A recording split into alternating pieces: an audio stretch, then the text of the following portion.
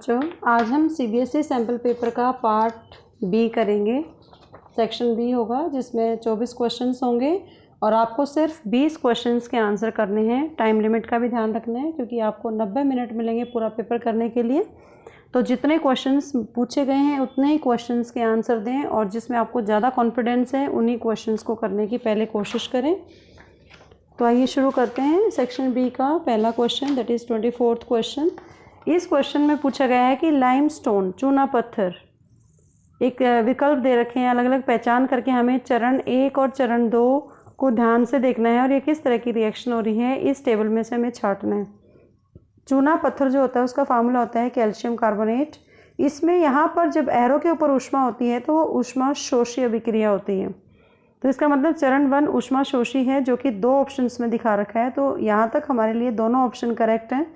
लेकिन चरण 2 में क्या बोला कि एक एक्स एलिमेंट है। आपको पता होना चाहिए सबसे पहले कैल्शियम कार्बोनेट का फार्मूला क्या है, क्योंकि जब तक ये नहीं पता होगा चूना पत्थर का फार्मूला क्या है तो एक्स की वैल्यू नहीं फाइंड आउट कर सकते आप। सूत्र क्या होगा इसका, तो ये हो जाएगा calcium oxide plus carbon dioxide. फिर उन्होंने लिखा कि इस एरो को ऐसे करके कि इसमें पानी मिला दिया। जो बिना बुझा हुआ चूना है कैल्शियम ऑक्साइड, उसमें पानी मिलाने के बाद ये बुझा हुआ चूना बन जाता है जिसको कैल्शियम हाइड्रोक्साइड कहते हैं और साथ में इसमें बहुत सारी ऊष्मा भी निकलती है। तो ये ऊष्मा शेपी है। तो इसमें से दोनों में से ये वाला ऑप्शन हमारा करेक्ट निकल के आता है, C option is the correct one. Next आता है 26। किस वर्ष में हाइड्रोजन आयन की सांद्रता सबसे अधिक है। यहाँ पर वर्षा नहीं है, ये इसको ठीक करेंगे, वर्ष है। ये वर्ष का पीएच मान बता रखा है कि कौन सी ईयर में पीएच मान सबसे अधिक है। तो जितनी कम वैल्यू पीएच की होगी उतना ही ज़्यादा मान अधिक होगा। तो यहाँ पर ग्राफ डाउन जा रहा है, ये ईयर है 2002। तो पीएच वैल्यू जितनी कम उतनी ही ज़्यादा हाइड्रोजन आयन की सांद्रता। तो इसमें आपका ऑप्शन आ जाएगा ए। नेक्स्ट क्वेश्चन आता है 27th क्वेश्चन। इसमें एक आपको 4 टेस्ट ट्यूब में अलग अलग धातु और अम्ल के बीच अभिक्रिया को दर्शाया गया है, जैसे जिंक और HCl, मैग्नीशियम और HCl, आयरन और HCl, कॉपर और HCl। तो इसमें प्रश्नावली बी के बारे में स्पेशल पूछा गया कि प्रश्नावली बी में जो मैग्नीशियम है वो अलग व्यवहार क्यों कर रहा है, इसका कारण क्या है। तो इसका अलग व्यवहार क्या देख के आपको लग रहा है कि प्रश्नावली के अंदर जो मैग्नीशियम धातु है वो ऊपर तैर रही है और उसके साथ कुछ चिपका हुआ है। तो जो मैग्नीशियम होती है वो तनु HCl के साथ अभिक्रिया करने के बाद उसमें हाइड्रोजन गैस तो उत्पादित होती ही होती है, लेकिन वो हाइड्रोजन गैस के जो बबल्स हैं वो धातु के साथ चिपक जाते हैं, जैसे कि इस पिक्चर में दिख रहा है। तो B option is the correct option कि वो तैरने में मदद करता है क्योंकि हाइड्रोजन गैस हल्की होती है और वो तैरने लग जाती है मैग्नीशियम धातु। क्वेश्चन नंबर 28 आता है। इसमें आपको ये पूरी टेबल अलग अलग ABCD 4 पदार्थ दे रखे हैं, इसकी आपको ऑब्जर्वेशन देखनी है और इसमें आपको पहचानना है कि इनमें से कौन सा ऑप्शन ठीक है। ऊपर दिए गए पदार्थों से आयनिक यौगिकों की पहचान करनी है। तो आयनिक यौगिकों की क्या क्वालिटीज़ है, क्या गुण है कि सबसे पहले उनका गलनांक ज़्यादा होता है। तो 2 चीज़ें हमारे पास ये हैं कि 2 भी हो सकते हैं, 3 भी हो सकते हैं, इनका गलनांक ज़्यादा है। दूसरा है ये दोनों ही विद्युत के चालक ठोस अवस्था में नहीं होते हैं, लेकिन जैसे वो द्रव या जलीय अवस्था में आते हैं तो विद्युत चालक अच्छे से कर पाते हैं। जैसे इसमें डी में भी अगर गलनांक ज़्यादा है, ख़राब है, लेकिन यहाँ पे भी ख़राब है, तो ये ऑप्शन ठीक नहीं है हमारे लिए। तो ऑप्शन बी और सी इज़ द करेक्ट वन। उसके बाद है क्वेश्चन नंबर 29। विनय ने देखा कि सफ़ेद टी शर्ट पर करी का दाग साबुन से रगड़े जाने पर लाल भूरा हो जाता है, लेकिन जब कमीज़ को अधिक जल से धोया तो फिर वो पीला हो जाता है। तो विनय ने क्या अवलोकन किया इससे। सबसे पहले इन्होंने 4 ऑप्शन दे दिए, हमें चारों में से सही वाला छांटना है। सबसे पहला है साबुन अम्लीय प्रवृत्ति का होता है, बिल्कुल नहीं, गलत। साबुन क्षारीय प्रकृति का होता है, यस। हल्दी एक प्राकृतिक संकेतक है जो क्षारों में लाल रंग का रंग बदल देती है, बिल्कुल ठीक। हल्दी एक प्राकृतिक संकेतक है जो अम्लों में लाल रंग का रंग देता है, अम्लों में नहीं, ये क्षारों में ही देता है सिर्फ, क्योंकि जो साबुन होता है उसमें क्षार होता है, अम्ल नहीं होता। तो हमारा ऑप्शन 2 और 3 जो कि बी ऑप्शन है वो ठीक होगा। Question number 30। इनमें से बताना, आपको 4 फिगर दे रखे हैं, इनमें से देख के बताना है कि किस में बल्ब जलेगा। तो ये बहुत बार आप लोगों को क्लास में बताया जाता है कि जब भी कोई क्षारक है, अम्ल है, वो पानी में डिज़ोल्व करते हैं तो वो आयंस में टूट जाते हैं, जिसके कारण विद्युत चालकता बढ़ जाती है। तो जैसे यहाँ पर तनु HCl है, सभी में कनेक्शन सेम है, 2 इलेक्ट्रोड्स हैं, बैटरी भी लगा रखी है, बल्ब भी है, स्विच भी है, एवरीथिंग इज़ देयर। लेकिन फ़र्क सिर्फ यहाँ पर विलयन का है। यहाँ तनु HCl है, यहाँ चीनी का विलयन है, इसमें करंट पास होगा, इसमें नहीं होगा क्योंकि आयंस में नहीं टूटता। उसके बाद तीसरा और चौथा देखें, जल में अल्कोहल शराब यानी कि जिसमें आयंस नहीं टूटेंगे और करंट पास नहीं होगा। चूने का पानी जो कि कैल्शियम हाइड्रोक्साइड होते हैं, इसमें से करंट पास होगा क्योंकि आयंस में टूट जाते हैं। तो पहला और चौथा ऑप्शन हमारा ठीक है, B is the correct option. आपको बी लिखना है वहाँ पे। उसके बाद आते हैं कुछ प्रश्न आपके 3 या 4 प्रश्न आपके अभिकथन और कारण पे आधारित होंगे। अभिकथन ए से रिप्रेजेंट करते हैं, कारण को आर से। आपको 4 ABCD ऑप्शंस दे रखे हैं, इनमें से छांटना आपका कि नीचे जो क्वेश्चंस दे रखे होंगे उसमें अभिकथन और कारण दे रखे हैं। तो जैसे ये 31st क्वेश्चन है कि ताज़ा दूध जिसमें बेकिंग सोडा मिलाया जाता है दही के रूप में जमने में अधिक समय लगाता है। तो इसका ये सत्य है, बिल्कुल सही है, ये सत्य है। लेकिन इसका जो कारण है कि बेकिंग सोडा ताज़े दूध के pH मान को घटाकर 6 से कम कर देता है, ये बिल्कुल गलत है। तो इसका मतलब C option is the correct one. यहाँ पे आप सी लिखेंगे। फिर इसी तरीके से इन ABCD से में से छाट के आपको इनके आगे आंसर टिक करना है। अभिकथन क्या कह रहे हैं, वनस्पति का खाद में, वनस्पति मतलब जो पेड़ पौधे हैं, जब उसको खाद में अपघटित होते हैं तो वो ऊष्माशोषी अभिक्रिया है। लेकिन ये बिल्कुल गलत है कि ऊष्मा तो वो लेती ही नहीं है, वो तो ऊष्मा देती है। कारण इसका क्या है, इसका मतलब ये गलत है। अपघटन अभिक्रिया में एकल अभिकारक सरल उत्पादों में टूटता है, बिल्कुल ठीक है। तो डी ऑप्शन ठीक है इसके अंदर कि डी ऑप्शन क्या कह रहे हैं, ए गलत है और आर ठीक है। उसके बाद आता है 33 क्वेश्चन, राल और गोंद पौधों में पुराने जाइलम उत्तक में जमा होते हैं। This is correct, this is true.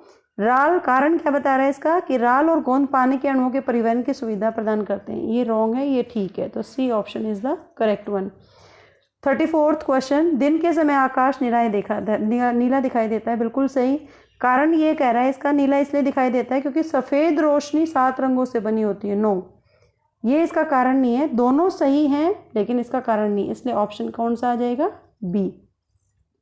अब आता है 35 क्वेश्चन, नीचे दी गई तालिका में कुछ अम्ल और क्षारक के कुछ तत्वों की हाइड्रोजन गैस उत्सर्जित करने के लिए अभिक्रिया दिखाती है कि ये तत्व हैं, धातु होंगे, कोई ना कोई तो अम्ल और क्षारक के साथ अभिक्रिया करते हैं।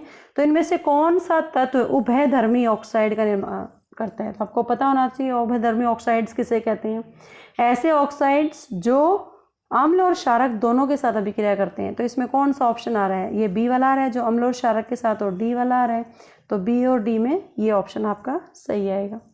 36 क्वेश्चन, इसके अंदर देखेंगे कि जीवों का कुछ समूह दे रखे हैं जिसमें पूछा गया है कि शरीर से गुजरने के एक चक्र में रक्त केवल एक ही बार हृदय तक प्रवाहित होता है। तो वो कौन सा ऑप्शन है, उसमें आ जाएंगे शार्क, डार्क फिश और स्टिंगरे। नेक्स्ट आता है 37 क्वेश्चन, एल्वियोलाई की दीवारों के आसपास, एल्वियोलाई कहाँ होती हैं, हमारे फेफड़ों के अंदर, जो कि रक्त वाहिकाओं के व्यापक नेटवर्क और नेफ्रॉन होता है किडनी के अंदर। वो ग्लोमुलर्स के बीच क्या समानताएं होती हैं, जो पतली पतली दीवार वाली केशिकाएं होती हैं जो रक्त से भरपूर होती हैं। D option is the correct. 38 question, जानवरों की तुलना में पौधे उत्सर्जन के लिए पूरी तरह से अलग प्रक्रिया का उपयोग करते हैं, लेकिन इनमें से कौन सी प्रक्रिया है जो पौधों द्वारा उत्सर्जन में प्रयोग नहीं की जाती, इसको ध्यान से पकड़ना है। यह वाष्पोत्सर्जन द्वारा अतिरिक्त पानी से छुटकारा पा सकते हैं, बिल्कुल सही है ये। वे अपनी पत्तियों के माध्यम से चुनिंदा जहरीले पदार्थों को फिल्टर करते हैं, रॉन्ग। पुराने जाइलम में अपशिष्ट उत्पादों को राल और गोंद के रूप में संग्रह किया जाता है, बिल्कुल सही है। अपशिष्ट पदार्थों को अपने आसपास की मिट्टी में उत्सर्जित करते हैं, राइट। सो हमने पूछा नहीं किया जाता, तो बी नहीं किया जाता, तो B is the correct one according to this question. Question number 39, किसी लेंस की पावर क्षमता, पावर मतलब पी से रिप्रेजेंट करते हैं, -4 डायोप्ट्रियम। इसका अर्थ है कि लेंस कौन सा है और उसकी फोकस दूरी क्या है, ये बताना है। तो पावर ऑफ लेंस किसके बराबर होता है, 1/फोकस, फोकस दूरी। और फोकस दूरी हमेशा मीटर में मापी जाती है। तो यहाँ पर हमें कुछ नहीं दे रखा है, तो हमें पावर दे रखा है -4, वैल्यू पुट करो, दैट इज़ 1/f। और f किसके बराबर हो जाएगा, -1/4, दैट इज़ -0.25 मीटर। तो इसको सेंटीमीटर में चेंज करेंगे, तो 1 मीटर में 100 centimetre multiply by 100, that is 25 centimetre minus. तो ये माइनस फोकस दूरी -25 सेंटीमीटर है। और माइनस का मतलब क्या है, लेंस अवतल लेंस है, क्योंकि जिस दिशा में लेफ्ट हैंड साइड में ऑब्जेक्ट रखते हैं उसी दिशा में इमेज बनता है अवतल लेंस में। तो इसलिए फोकस दूरी भी माइनस तभी होगी जब लेंस कौन सा होगा, अवतल लेंस होगा। उसके बाद आता है क्वेश्चन नंबर 40। एक अवतल दर्पण के सामने सूर्य की किरणें 15 सेंटीमीटर की दूरी पर एक बिंदु पर अभिसारी होती हैं। तो सबसे पहले हम अवतल दर्पण ही बना लेते हैं, जो बाहर से पॉलिश होता है, अंदर से परावर्तित पृष्ठ होता है। ये पोल है, ये फोकस है और ये सेंटर है। तो इन्होंने कहा 15 सेंटीमीटर की बूंदी, सारा फोकस पे ही सारी रेज हैं वो अभिसारी होती हैं, तो 15 सेंटीमीटर ये वैल्यू होगी और इसका डबल 30 हो जाएगा। तो छवि का आकार वस्तु के आकार के बराबर होता है। कहाँ पर वस्तु को रखेंगे, तो सी पे रखेंगे और सी पे उसका प्रतिबिंब बनेगा। इसका मतलब वो कितनी दूरी पे बना, 30 सेंटीमीटर, जो कि दर्पण के सामने है। तो A option is the correct one. Question number 41। जीवों के अलग अलग समूह में से खाद्य सामग्री शरीर के बाहर तोड़ी जाती है, वो कौन से जीव हैं? तो उन जीवों में आते हैं खमीर, मशरूम, ब्रेड मोल्ड, इसमें आ जाएगा। Next question number 42। एक व्यक्ति में नेफ्रॉन का ट्यूबल हिस्सा बिल्कुल भी काम नहीं कर रहा। नेफ्रॉन का जो प्यूरिफिकेशन के लिए होता है यूरिन के, इसका असर मूत्र निर्माण पर क्या होगा? तो मूत्र कैसा होगा, अधिक पतला होगा। 42। Question number 43। यदि एक लेंस द्वारा बनाई गई मोमबत्ती की लो की वास्तविक छवि, वास्तविक, तो लेंस समझ में ही आ रहा है कि कौन सा लेंस है जहाँ पे रियल और इन्वर्टेड इमेज बनती है। तो यहाँ पर m वैल्यू है -3 लेंस के अंदर, और रियल इमेज जब बन रही है उल्टा इमेज बनेगा, क्योंकि इमेज क्या होता है, H'/H। अगर कोई भी लेंस की बात अगर हम करते हैं, अगर इमेज इन्वर्टेड बनता है ऐसे, तो हाइट है वो पॉजिटिव होगी और H' क्या होगा, नेगेटिव होगा। तो m की वैल्यू -3 होगी, इसलिए यहाँ पे m वैल्यू -3 लिखा है। तो m = -3 हो गया, इक्वल टू V/U, क्योंकि लेंस में मैग्नीफिकेशन किसके बराबर होती है, m = V/U। दूसरा पूछा लेंस और प्रतिबिंब, प्रतिबिंब मतलब इमेज, तो V से रिप्रेजेंट करते हैं, वो होता है 80 सेंटीमीटर, और इमेज हमेशा लेंस में राइट हैंड साइड में बनता है, इसलिए वो पॉजिटिव साइन ही आएगा। तो यहाँ से हम U की वैल्यू फाइंड आउट कर सकते हैं। तो यहाँ पर इसके सामने हम इस फार्मूले को यूज़ करके V/U = -3, और U यहाँ से हो जाएगा V/-3, दैट इज V80 हो जाएगा, 80/-3 centimetre. So this is the correct option D according to this question. Question number 44। इसके अंदर 44 क्वेश्चंस में एक आपको आरेख दे रखा है, जिसमें मुख्य अक्ष से एक लाइन है और ये F फोकस दे रखा है, ये C और F के बीच में एक रे ऑब्जेक्ट रखी हुई है, और सेंटर में से कोई भी रे जाती है तो वापस वो परावर्तित होकर उसी दिशा में आती है। तो इसको चेक करने के लिए इसमें क्या पूछा गया है कि हमें इसको देख के नलिनी ने क्या निष्कर्ष निकाला कि किस तरह का प्रतिबिंब बनेगा और किस तरह की इसमें ऑब्जर्वेशंस हैं। तो पहला, वस्तु का प्रतिबिंब आभासी तो नहीं होगा, वास्तविक होगा बिल्कुल। परावर्तित किरण आपतित किरण के समान पथ पर लेकिन विपरीत दिशा में यात्रा करेगी, बिल्कुल ठीक है। वस्तु का प्रतिबिंब उल्टा हो जाएगा, यस। यह अवतल दर्पण है, अवतल दर्पण है, इससे फोकस दूरी भी ऋणात्मक होगी, करेक्ट। तो आपका इसमें option C is the correct option. Now the question number 45। 45 questions के अंदर क्या है, माध्यम दिखा रखे हैं, अलग अलग माध्यमों से प्रकाश की किरण यात्रा कर रही है। तो एक वैज्ञानिक द्वारा क्या देखा गया कि जो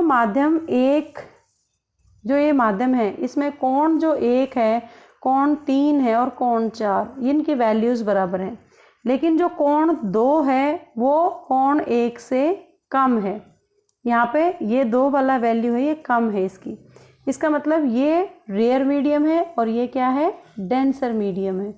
इससे ये बात पता चल रही है, रेयर से डेंसर में जाते हैं तो बेंड्स टुवर्ड्स द नॉर्मल होता है। तो यहाँ पे कौन सा कथन सही है ये देखना है हमें, इस एंगल को ध्यान में रखते हुए। तो सबसे पहले इसमें जो मीडियम 1 और 3 है वो एक ही माध्यम है, क्योंकि उसमें सेम है, बराबर है।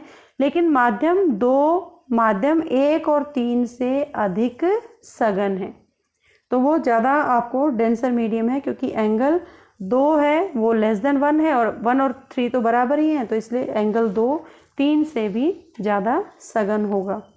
नेक्स्ट आता है क्वेश्चन नंबर 46।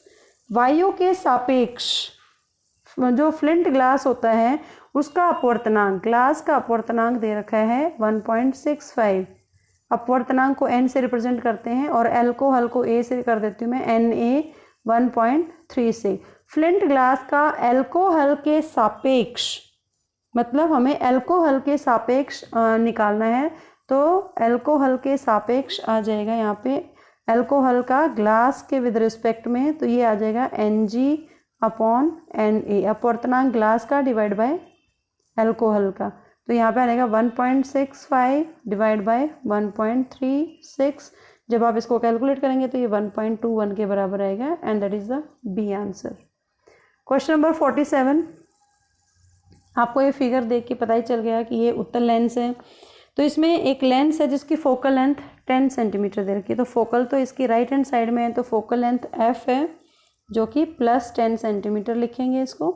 दूसरा बोला यदि 2 मीटर ऊंचाई की वस्तु को, तो h वैल्यू है 2 मिलीमीटर, जिसको हम सेंटीमीटर में भी चेंज कर सकते हैं, 0.2 सेंटीमीटर हो जाएगा, ये डिवाइड बाय 10 कर देंगे, और 5 सेंटीमीटर की दूरी पर रखा गया। हमेशा ऑब्जेक्ट ऐसे रखी गई है, तो u लेफ्ट हैंड साइड में है, तो u की वैल्यू माइनस होगी, तो -5 सेंटीमीटर। ये वैल्यूज़ दे दी। लेंस आपको दिख ही रहा है, तो लेंस फार्मूला क्या होता है, 1/v - 1/u = 1/f।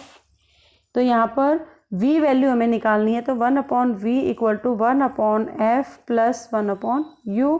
आप ये सारी वैल्यूज़ पुट कर दें, 1/f है 1/10 + 1/u, u की वैल्यू है -5, तो यहाँ पर ये -5 हो जाएगा, दैट इज़ 1/10 - 1/5। इसका एलसीएम ले लेंगे 10, यहाँ पे 1 - 2 दैट इज़ -1/10, तो 1/v = -1/10, तो v किसके बराबर आ जाएगा, -10 सेंटीमीटर। तो ये v की वैल्यू यहाँ से निकल गई। फिर इसने पूछा कि ये v की वैल्यू निकालने के बाद कि अगर प्रतिबिंब की ऊंचाई भी ज्ञात करें, पोल से अगर 5 सेंटीमीटर दूरी, तो प्रतिबिंब की ऊंचाई ज्ञात करनी है। इसका मतलब हमें निकालना है h'(m). m क्या है, v/u = h'/h। v भी मालूम हमें, u भी मालूम है, h भी, तो वैल्यूज पुट कर दें। v हमारा आया था अभी -10, u की वैल्यू है -5, h' हमें निकालना है, और h था 0.2 सेंटीमीटर, ये वाला, तो यहाँ से माइनस माइनस ये हो जाएगा, 5 दूनी 10, तो h' क्या हो गया, 2 × 0.2 दैट इज़ 0.4 सेंटीमीटर और 4 मिलीमीटर, तो 4 millimetre is the correct option, this one. Next आता है 48 क्वेश्चन। 48 क्वेश्चन इस सेक्शन का लास्ट क्वेश्चन है ये। एक तार निर्माण इकाई ने, मतलब कोई फैक्ट्री वाले हैं, और उन्होंने कुछ भौतिक तत्व दे रखे हैं, ये गुण हैं, अलग अलग तत्वों के भौतिक गुणों के आधार पर उनका परीक्षण करना है कि क्या वो उनकी कंपनी के लिए सही होगा, क्या उनमें से कौन से तत्वों को अपनी कंपनी के द्वारा उपयोग के लिए हटा दिया गया होगा। तो कौन सा है, क्या चाहिए किसी भी कंपनी को, विद्युत तार निर्माण वाली कंपनी को, कि तार के अंदर क्या होना चाहिए, आघात वृद्धता भी होनी चाहिए, तन्यता भी होनी चाहिए, विद्युत का चालक भी होना चाहिए, उच्च गलनांक भी होना चाहिए। तो ये चीज़ें हैं, लेकिन कई बार तार क्या होती है जिसमें इसके अंदर आप, तो ये W वाला तो सब कुछ फॉलो कर रहे हैं, तो W तो आएगा नहीं। अगर उसमें आघात वृद्धता नहीं है, मतलब वो पतली तारों में चादरों में नहीं बदला जा सकता, तो ये भी कामयाब नहीं है, ये भी नहीं होगा कामयाब, ये भी नहीं है उसके लिए फ़ायदेमंद कि तार में बदला ना जा सके। विद्युत चालक कर रहा है, ठीक है, गलनांक कम है, जल्दी पिघल जाएंगी तारे की। तो वाई सेक्शन के अंदर ऐसे ही वाई जो तत्व है उसमें भी सारी क्वालिटीज़ ठीक नहीं है उसके लिए हिसाब से।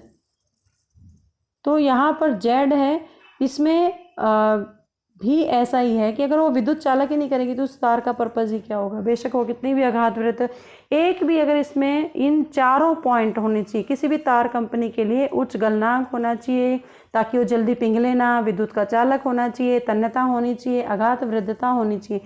इसका मतलब XYZ वाली तार को वो रिजेक्ट करेगा। तो आपने ये देखा कि किस तरह से सेक्शन बी के 24 क्वेश्चन में से 20 क्वेश्चंस हैं वो पूरी समझ के साथ करने हैं। आई होप आपको ये सेक्शन बहुत ही अच्छे से समझ में आया होगा।